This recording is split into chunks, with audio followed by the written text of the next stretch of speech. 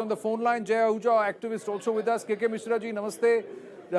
Shocking story coming in from Malpura. इतना प्राचीन शहर है ये, 5000 साल से पहले तक का इसका इतिहास है, इसका वर्णन भी किया गया है, कई सारे प्राचीन मंदिर भी हैं।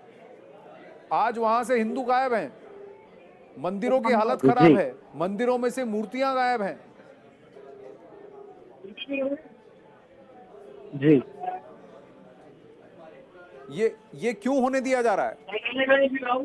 सर एक्चुअली मालपुरा में जो पलायन है वो पलायन का एक ऐसा बड़ा विषय, और जिस विषय से ये विषय हमने पूरे समाज के सामने, प्रशासन के सामने जब लेकर आए, उसके पीछे जो सर हमारी मूल भावना है वो ये है कि हमारे आने वाले दिनों में हमें ऐसा लगता है कि हमारी धार्मिक स्वतंत्रता का मूल अधिकार खतरे में पड़ने वाला है।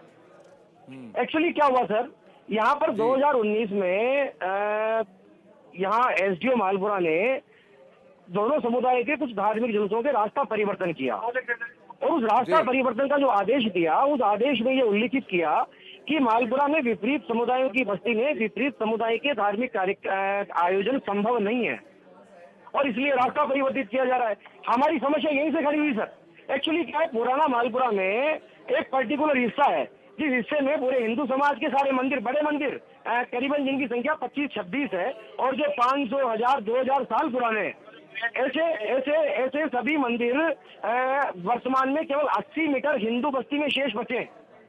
अब ऐसी परिस्थिति में अगर ये बस्ती पूर्ण रूपेण जो पूर्व में 600 मीटर तक फैली हुई थी, जिसकी विड्थ करीब 2 किलोमीटर थी, वहां से वो केवल वो छोटे से एरिया में संकुचित होकर रह गई, तो अगर हम जो पलायन की जो रफ्तार है, अगर रफ्तार यही रही तो आने वाले मुश्किल से 10, 12, 15 सालों में ये पूरी की पूरी बस्ती समुदाय विशेष की बस्ती हो जाएगी। ऐसी परिस्थिति में इन मंदिरों में हमारे जो अधिकार हैं वो आगे से आगे कैसे रह पाएंगे सर?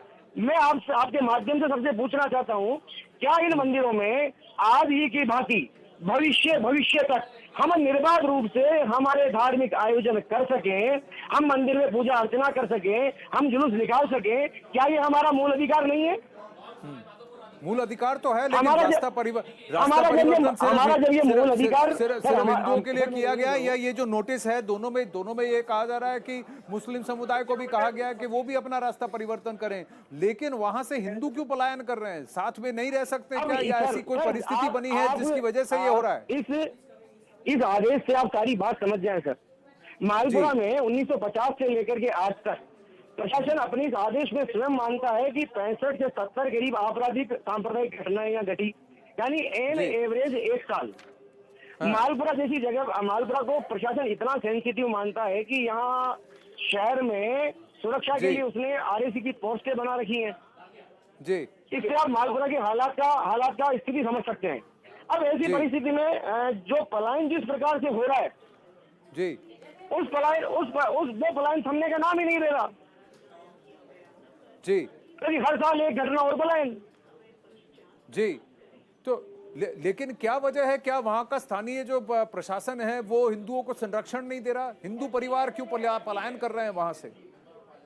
अगर शांति बैठक होती है, सब लोग शांति की बात कर रहे हैं, अलग अलग रास्ते कर रहे हैं, तो फिर ये पलायन क्यों हो रहा है वहां से? मिश्रा जी सर, मैं एक निवेदन करूं, इस पलायन को समझने के लिए आपको सर 1950 तक जाना पड़ेगा। एक्चुअली क्या है कि मालपुरा में कभी ऐसा नहीं है कि कोई हिंदू बस्ती में से बीच में से कोई हिंदू मकान यहाँ से उठ के खाली हुआ हो और उसकी जगह कोई समुदाय विशेष का मकान आया हो, ऐसा कभी नहीं हुआ। एक्चुअली क्या है कि 1950 में यहाँ लगभग जिस एरिया की मैं बात कर रहा हूँ, पुराने मालपुरा की, उस एरिया में लगभग 600 मीटर तक हिंदू बस्ती हुआ करती थी, ठीक है? इसीलिए हमारे सारे मंदिर उसी बस्ती में थे। उस वक्त समुदाय विशेष किया बहुत मिश्रा जी मेरे साथ रुकिए, मेरे साथ सुखबीर सिंह जौनपुरिया जी हैं, बीजेपी एमपी हैं, सांसद हैं वहां से, टोंक सवाई माधोपुर से। सुखबीर सिंह जी नमस्ते जी। ये मालपुरा में इस तरह का जो पलायन हो रहा है, वहां से कम अभी पिछले 70 साल में 800 से 1000 हिंदू परिवार खाली करके जा चुके हैं। एक ही गांव बचा है जहां अब हिंदू रहते हैं, बाकी सब गांव में से हिंदू गायब हैं। जी देखिए, ऐसा है परिस्थिति ग्राउंड पे क्यों है जी? जो जहांगीरपुरी में ये हुआ है, सेम हमारे यहाँ पर हिंदू कावड़ निकल रहा था, कावड़ी के ऊपर उन्होंने मैं आपके माध्यम से कहना चाहता हूँ कि पूरे देश में हिंदू के घर में कोई लकड़ी का डंडा भी नहीं पाएगा। इनको क्या आपत्ति आ रही है जो इनके सबकी छतों पे पूरा पत्थर छांट छांट के पत्थर पहनेदार नोकदार वो सारे पत्थर इन्होंने अपनी छतों पे चढ़ाए हुए हैं। अभी जिस हिसाब से हमारे यहाँ हुआ है, हिंदू दादावाड़ी है जैन मंदिर की, जैन समाज के संत आते हैं, ये जानबूझ के मीट की दुकान खोलते हैं, मीट की दुकान को बाहर फेंक देते हैं। उस वजह से जैन मुनि आ नहीं पाते, वो जगह छोड़ जाते हैं। उसी चक्कर में जैन समाज के मंदिर कहीं भी मोहल्ले में, हिंदू मोहल्ले में एक दुकान ले ली, एक घर बना लिया, उसके चक्कर में अपने आप ही उनको पलायन करना पड़ता है। वहाँ पर ऐसा वातावरण बना देते हैं, अगर कोई बहन बेटी निकलती है, एक एक मोटरसाइकिल पे 4-4 लड़के निकलते हैं, वो शाम को निकलना भारी हो जाता है, बहन बेटी बाहर ही नहीं निकल सकती।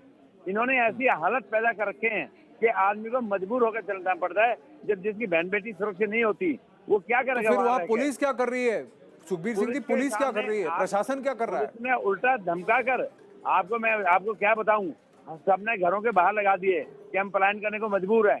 हमने विजिट किया, हम 4-4 सांसद गए, उसके बाद में प्रशासन ने उनको धमका कर दिया कि ये हटाओ, और उनके जो बाहर बोर्ड लगाए थे वो सारे उठा उठा कर फेंक दिए। जब तक हम गए, हमने खुद एसपी कहा कि ऐसे कोई वातावरण नहीं है, आप तो खामखा बना रहे हो।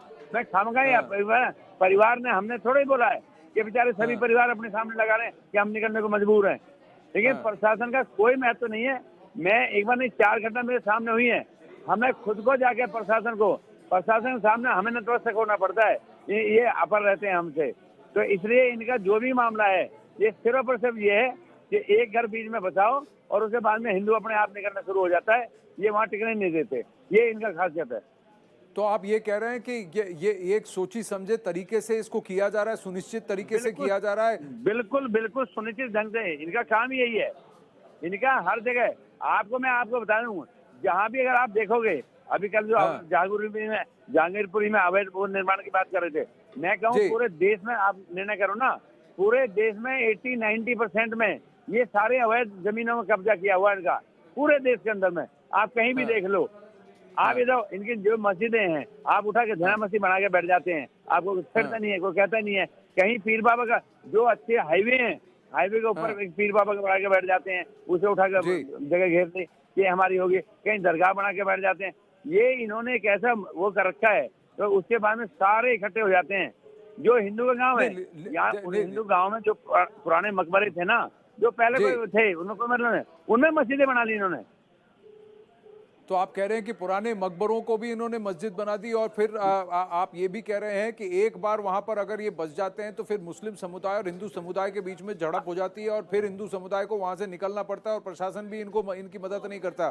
सुखबीर सिंह जौनपुरिया जी, लेकिन अगर ऐसा है तो फिर अशोक गहलोत सरकार क्या कर रही है? अशोक गहलोत सरकार कह रही है ऑल इज वेल, वो तो पूछ रही है कि आप जहांगीरपुरी में बुलडोजर क्यों चला रहे हो, वो तो बीजेपी से सवाल हमारे पूछ रही है। खिलाफ 4-4 FIR हुई पड़ी है इनके, उसे हमारे खिलाफ FIR, इनसे कुछ नहीं कहती पुलिस। मैं अपनी बता रहा हूँ, हमारे खिलाफ FIR है। आपके खिलाफ FIR है क्योंकि आपने मुद्दा मेरे उठाया? खिलाफ FIR है, हाँ। इसी उसमें जो हमारा ये कावड़िया निकले थे, उसमें हम गए थे, हमने कहीं कुछ नहीं कहा, फिर भी हमारे खिलाफ FIR लॉन्च कर रखी है। ये हालत प्रशासन कर रखी है। तो इस लेवल तक प्रशासन भी उनका साथ दे रहा है। आप कह रहे हैं कि आपके खिलाफ